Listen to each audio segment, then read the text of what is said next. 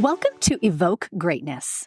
We are officially entering year 3 of this podcast, and I am filled with so much gratitude for each and every one of you who've joined me on this incredible journey of growth and self-discovery.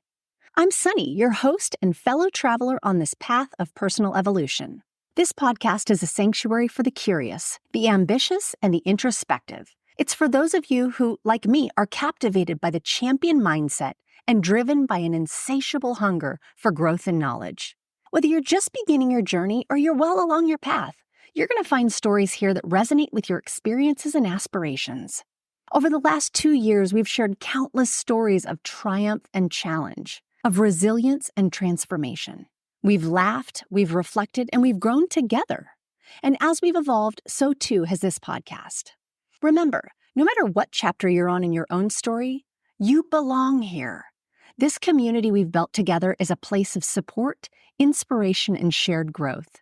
Where intention goes, energy flows, and the energy you bring to this space elevates us all. So whether you're listening while commuting, working out, or enjoying your morning coffee, perhaps from one of those motivational mugs I'm so fond of, know that you're a part of something special. Thank you for being here. Thank you for your curiosity, your openness, and your commitment to personal growth. As we embark on year 3, I invite you to lean in, to listen deeply, and to let these stories resonate with your soul. I believe that a rising tide raises all ships, and I invite you along in this journey to evoke greatness.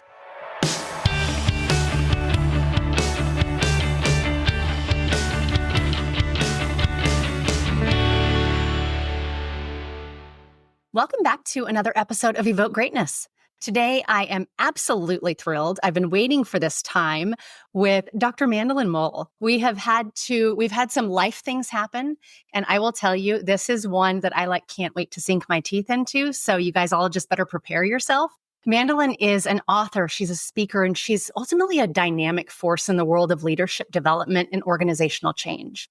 As the founder and principal consultant of MullMentum Consulting, she brings a wealth of experience in fostering sustainable growth for individuals, teams, and organizations. She's got a PhD in organizational development and change and an MBA in international business.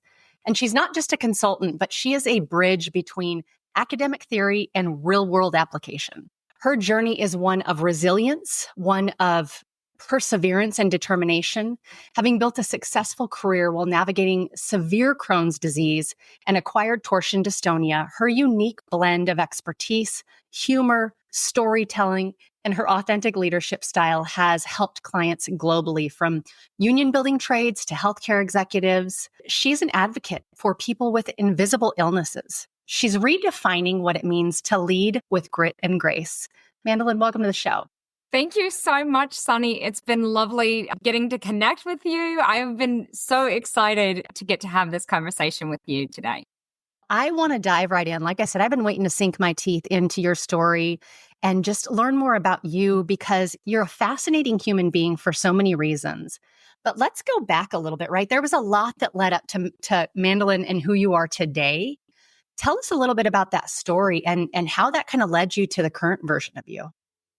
I am the beneficiary of some incredible mentors. I had a phenomenal grandfather who really invested in me. He was a colonel in the Air Force and, base commander. And so he didn't really get to see his children grow up. And I was the baby. And for whatever reason, he connected with me. It was the greatest honor of my life to be his favorite. He had no problem telling everyone I was his favorite. So I can say that with great confidence. And so, I learned so much at a very young age how to treat people well. And my father was a master stonemason. He had a really rough upbringing. He had some maladaptive skills. He was a very messy person. So he was kind of the opposite of my maternal grandfather.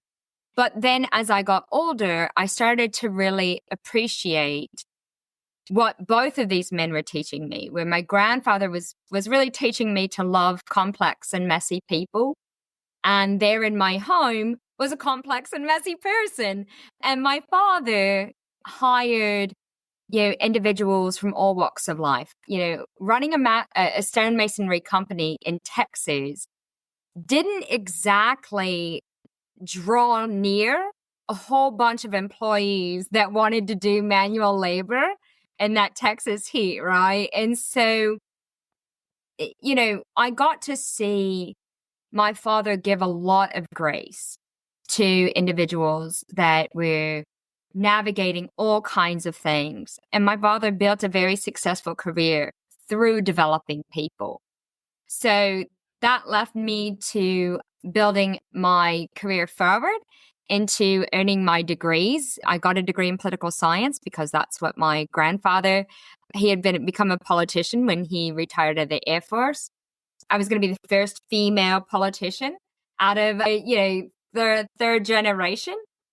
International business MBA, and then I got a PhD in human resource development and change, dedicating it to my father who had dropped out of high school and giving him that degree, And then I've since got a postdoc cert in positive psychiatry because of the people I've worked with have really been similar to my father in many ways.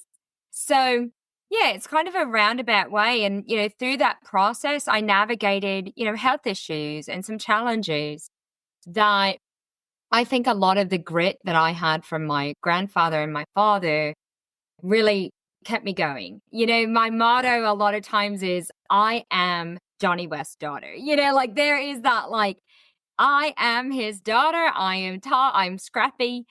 And, my grandfather lives rent free in my head all the time. And so it was really about having a purpose-driven life of trying to develop leaders who go on to develop other leaders. So that's brought me to where I am today and really been the through line is trying to get back to that generational mentorship. That explains so much on why you have the love of people that you do and that sense of being able to see through the messiness. You work with a lot of different industries as you have built your consulting firm, and it's really intriguing, just the wide variety that you work with. I love following your stories on LinkedIn because you share such a sense of diverse experiences. Your upbringing and your backstory helped me to understand why. Was there a moment where you were had this light bulb come on that crystallized your mission to foster this sustainable growth inside of leadership development? My father once told me, he said, Amanda Lynn, if you terminate an employee, you have to remember that you are repossessing their car. You're taking food off their table. You are shutting off their electricity. So you have to make absolutely certain that you have done your part as a leader to really honor the responsibility that they've asked of you. They may have forgotten that they asked you to look out for their livelihoods, but you don't get to. And that was such a resounding piece of advice for me, right? I don't get the luxury of forgetting that my responsibility is to have their backs, right? I have to be the eyes and ears for them. I have to have their backs to be able to say, not on my watch. I'm not going to let you fail. If I see you stepping out of bounds, I'm going to nudge you back. And that was something that was really, really important to me to have, that insight, right? So it resonated so much with me. And Sunny, the most crazy thing about all of this is I got into leadership. So I was in corporate before I went into the academic route. So I came in the back door essentially. And I've only had 3 months out of my entire working career where I was not in a supervisory role, where I was not leading others. And so I was very, very green from the get-go of being a leader and all I knew to do, because, right, we don't typically get great leader development in onboarding and, as a kid, I was running a satellite location of a healthcare clinic in Austin, Texas. I was so green and all I knew to do was try to live up to the ideals of my grandfather and my father. And so that stuck with me was how could I develop my employees and say, not on my watch? And then as I continued climbing the corporate ladder in a couple of different industries, as I got my master's and all of that, it was through mentoring my employees that they brought me the job description that got me into academia, because they said, we think you should be a professor. We think you should go and teach people how you're teaching us, because here your scope is limited. But if you're in college, you're getting a whole new group of people that you get to develop every 16 weeks. And so that's how I got into higher education and then into consulting eventually. And you describe yourself as balancing that line between a scholar and a practitioner, which is so perfectly and accurately depicts that. How do you think that dual perspective has shaped your approach to leadership, to consulting? And then what unique insights does that offer the people that you work with? I would say there's I think I give an element of surprise. Okay, so I am 4'11", ginger ninja, right? So you get this PhD, right? And so like organizations get excited because they're like, oh, we have this PhD coming in with this customized leadership development training program, and which is cool. So the organization gets excited to show their employees like, hey, we've got this person with their bona fides who's going to come in and we've hired somebody that's going to give us a customized, unique experience, a bespoke experience. But then I get in front of that training room or in front of those employees, and I'm off script. You know what I mean? Like I'm talking about my experiences and trying to shorten their learning curve. And I'm able to weave in, cognitive biases that we have as leaders and the things that get in our way, like imposter syndrome and the Peter principle, and things like fundamental attribution bias that says, I judge you based on your behavior, but I judge me based on my intention. And how can we navigate that? We know that from a scholastic point is something that fundamentally exists in everyone. So then we say, okay, well, how do we navigate that in real time? What does that look like with your colleagues? And how do we create space for grace with your colleagues when you witness that? And so I think what people end up finding about me is I start off being a professional development, and very, very quickly it becomes personal development and interpersonal development, because seriously, I have no idea what professional means anymore. I by that realm, I wouldn't be in my position, 30 years ago, because I wouldn't be professional. So it's things like that I think gives me an element of connectivity. I often say, if I cannot reach them, I cannot teach them. And that is something that I have found to be such a motivator in how I am able to bridge that gap between the scholastic realm and the, practitioner realm. It's just that sense of like, hey, if you're not relating to them and they can't buy into you and you don't have credibility with them, you're dead in the water. I don't care how good your content is if you don't have any kind of connectivity. So that I think is what has been my asset there. Well, and what a powerful combination, right? So there's this element of surprise that you bring because there's this immense sense of degrees and background and education that you bring with it. But I think that is so beautifully tempered by what you said earlier, which is you have a deep sense for humanity.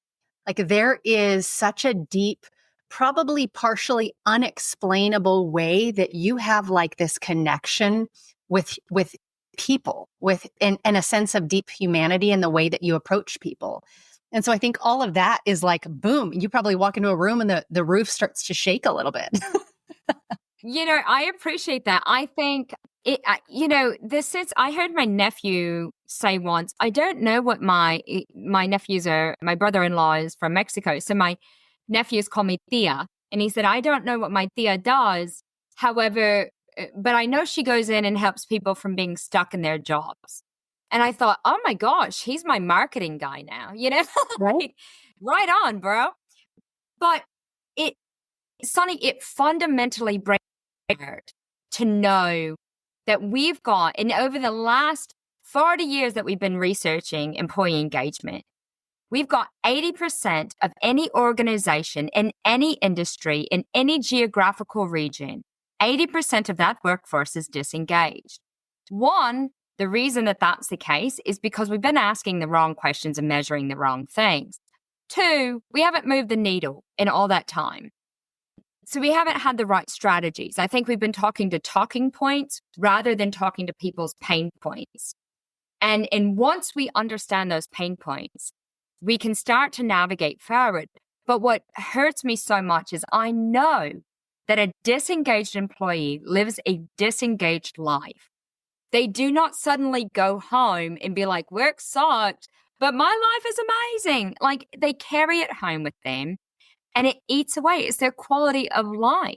It's not just people's livelihoods we are talking about. It genuinely is their, not on my watch. Like, we have to care about these people and understand that what is happening in the workplace is absolutely carrying home and disrupting them. And I know that because I know the names of all of my parents' colleagues. And I bet you heard that being said when we went home of like what people, who did this at work and who did that. People were taking it home. And so we've got to care enough about them to try to be more supportive. And so, yes, absolutely. I think that's an accurate statement that I care so much about the humanity of folks. When you talk about that we're looking at the wrong things and asking the wrong questions, what should we be leaning towards? And I don't even think it's probably industry specific. I think there's probably generalizations around what we should be leaning towards to better connect, to better understand. What would some of those things be, just in your experience? So great question. The reality is, one, people always want to talk about culture, and nobody knows what the heck that means. It's such an amorphous word, right? Because it means so many different things.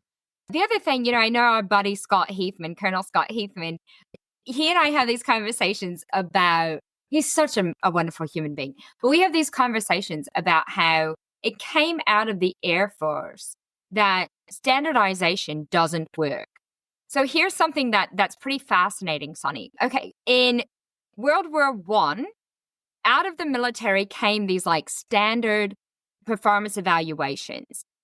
During that time frame, though, the U.S. Air Force was starting to experience random and rapid aircraft crashes. And they couldn't understand why this was happening. It was happening from pilots being trained at different locations, different aircrafts, different, like everything was different. They're saying, why are perfectly great aircrafts and airmen crashing?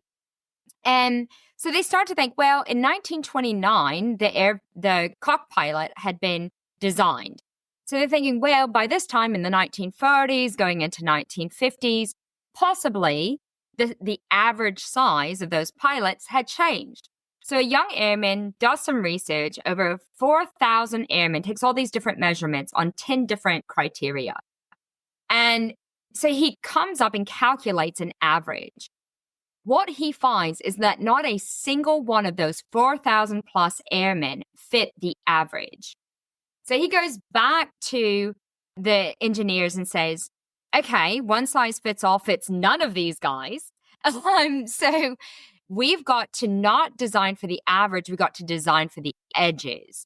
So let's, make these adjustable foot pedals, these adjustable seats, all of this kind of stuff. And engineers said it's not possible. They said, well, you got to do it. And finally, they got it done. And that's why you and I, my 4'11" self, can drive, in the car today.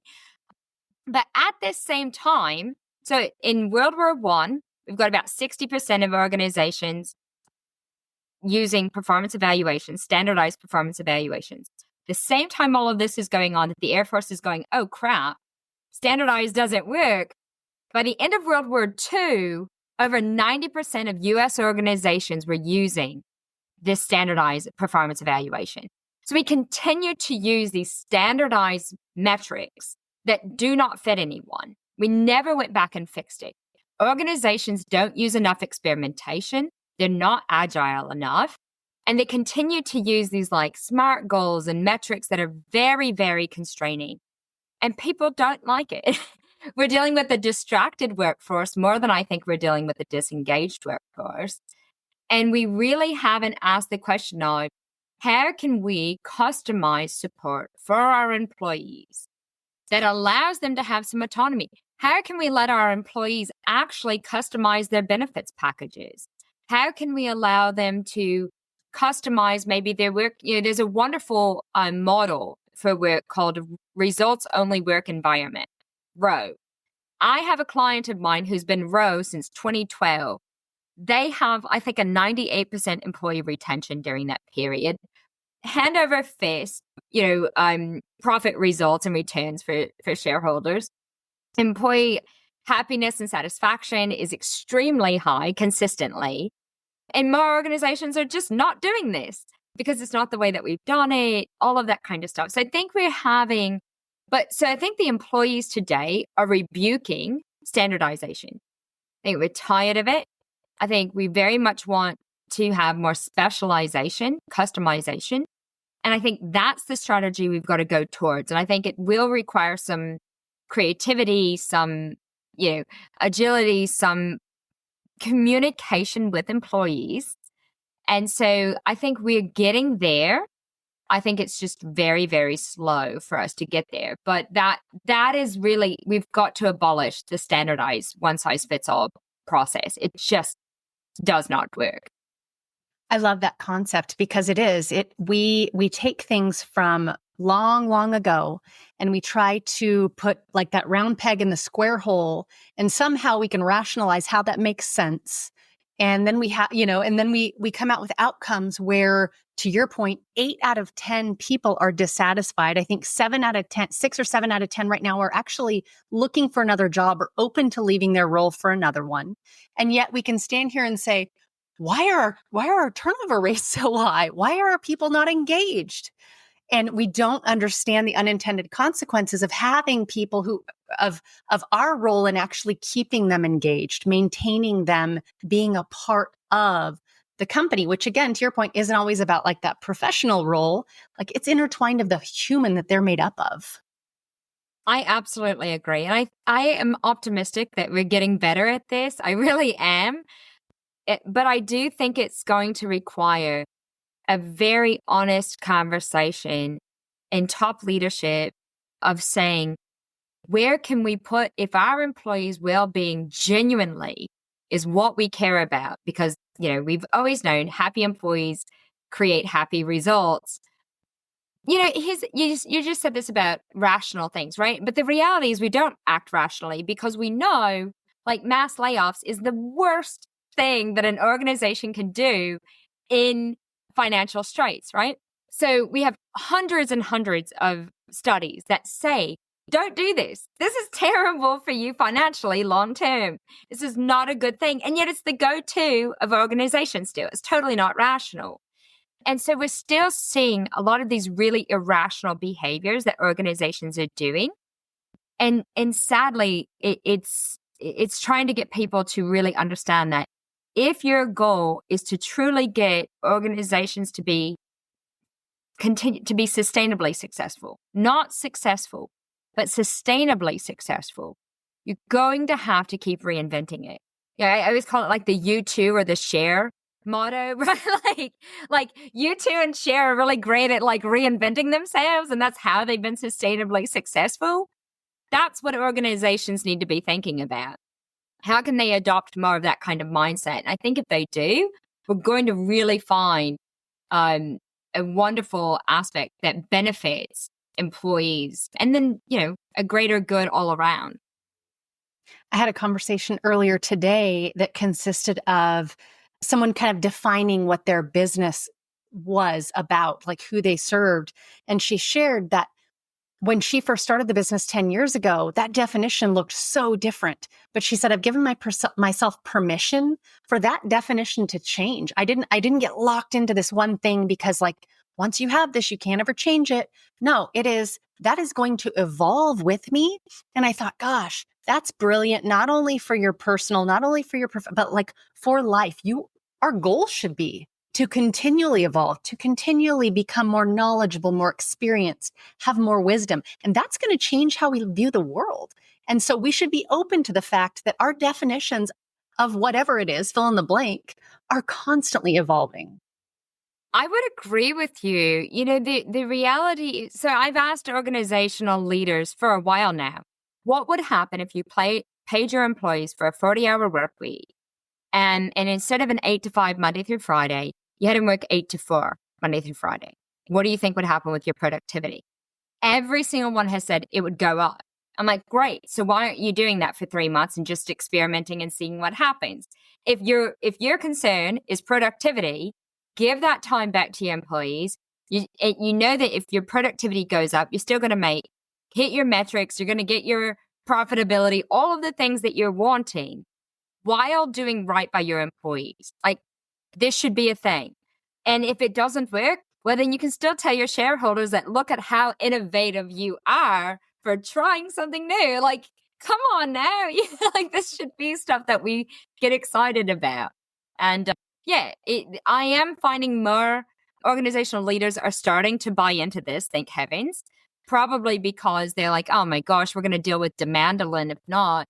But we're getting there. It's like a slow roll. But I stay optimistic in all of this because employees deserve it. Again, if people are not going to church, they are not going to counseling, they are going to work. And we have an opportunity in how we invest in our people at work that fundamentally can change their lives in totality at home, in the way that they parent or the way that they behave with their spouses or their partners, the way that they engage with their community. All of those kinds of things start to shift our societal fabric. And I know that sounds like incredibly optimistic and Pollyanna of me, but I really do believe that, again, we can't be asleep on the job of that as organizational leaders. That is the stakes. That is how high it is, because employees that are this disengaged, they're going home with these maladaptive skills. Because one, many of them have never seen healthy coping mechanisms modeled for them. They've seen distraction, they've seen disengagement, numbing out. They haven't seen people have healthy strategies for regulating themselves after a bad day. And we talk about like self-care and all that kind of mess, but we don't talk about, again, customized self-care. You and I can sit here and talk about self-care and, again, kind of talking about that culture. We may be having two totally different conversations of what is comforting to you and what is comforting to me. And we've got to know our brand. So I tell people all the time, I don't need to know how you regulate after a bad day, but I need you to know what it is, a healthy way. How do you get yourself out of a funk when it's there? What are your tools? What are your touchstones? Plan for chaos, because chaos is going to come. And then what are you going to do to steady yourself? And I don't think a lot of people have been asked that. They haven't had the tools available for that. And the ones that seem available are the go-tos that mean well, genuinely mean well, seem like they're such a heavy lift for folks, right? It's like, oh my gosh, I don't have time to meditate. I am the worst. Do not ask me to go meditate. Like, no, it's not going to happen. But, if I've had a bad day, I sure am going to wrap myself in a giant fluffy pink blanket, watch Moonstruck, and quote the entire dadgum movie, word, line for line, right? And I'll feel better doing that. And that's such a healthier way for me than even stuff that I had previously, because it used to be go home and have a couple of glasses of wine and realizing, wow, this is my life. This is not what I want. I saw this type of coping skill modeled for me growing up. I would like for that not to be. My father once told me that he had broken a chain, but he had not broken a cycle of his dysfunctional upbringing. Because he was an alcoholic, he had a lot of anger, and he had affairs on my mother. And so I thought about that a lot. What was the difference? Was I continuing on the cycle? And I was. I broke the chain. I moved away from my family and all this kind of stuff. But I went away to college. I did these things. I built a career. But at the time, I had not broken the cycle. And so there's a big distinction. And I've talked to people about that over the years. And folks have said, you know what, Mandolen? I didn't realize it. I'm really good at breaking chains. I'll rip it up out of the ground and walk across the street and plant it and just keep it going. Right. And I think that's so true for so many of us. And so shifting that mindset of being like, we have to do both. We have to break the chain and the cycle for ourselves. And when we do it for ourselves, we start to do it for other people around us. And again, I really think that becomes inspiring. And I think when we talk about how do we create workplace well-being, people crave being inspired. That is what we're seeing. How can people be more engaged? How can they be motivated? They want to be inspired. And if we can create that for folks, it's extremely contagious. Okay, guys, you know the routine. This is where I hit the pause button. I hope you have enjoyed part 1 of the human side of leadership with my guest, Dr. Mandolen Mull. Make sure you come back next week. You are not going to want to miss part 2, where we deep dive into breaking free from the achievement trap and redefining ambition, finding purpose beyond accolades and external validation, the power of vulnerability in leadership development, and creating space for real conversation in the workplace. I know you're going to enjoy it, so I hope to see you back next week. Thank you so much for listening and for being here on this journey with me. I hope you'll stick around. If you liked this episode, it would mean the world for me if you would rate and review the podcast or share it with someone you know may need to hear this message. I love to hear from you all and want you to know that you can leave me a voicemail directly. If you go to my website, evokegreatness.com, and go to the Contact Me tab, you'll just hit the big old orange button and record your message. I love the feedback and comments that I've been getting, so please keep them coming. I'll leave you with the wise words of author Robin Sharma. Greatness comes by doing a few small and smart things each and every day. It comes from taking little steps consistently. It comes from making a few small chips against everything in your professional and personal life that is ordinary, so that a day eventually arrives when all that's left is the extraordinary.